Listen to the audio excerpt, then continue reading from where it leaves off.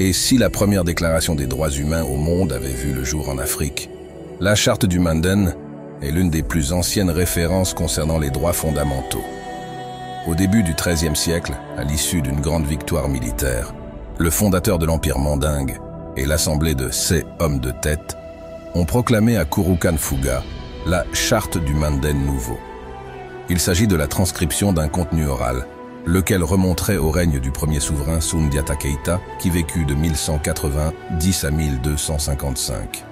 À l'origine, la Charte du Manden, appelée également le Serment des chasseurs, aurait été proclamée en 1236. Après un préambule, la Charte mentionne 7 paroles, qui sont autant d'entêtes d'articles de la Charte. Une vie est une vie.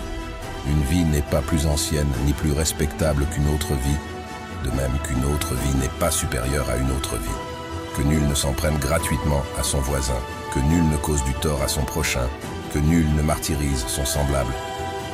Le tort demande réparation, pratique l'entraide, veille sur la patrie.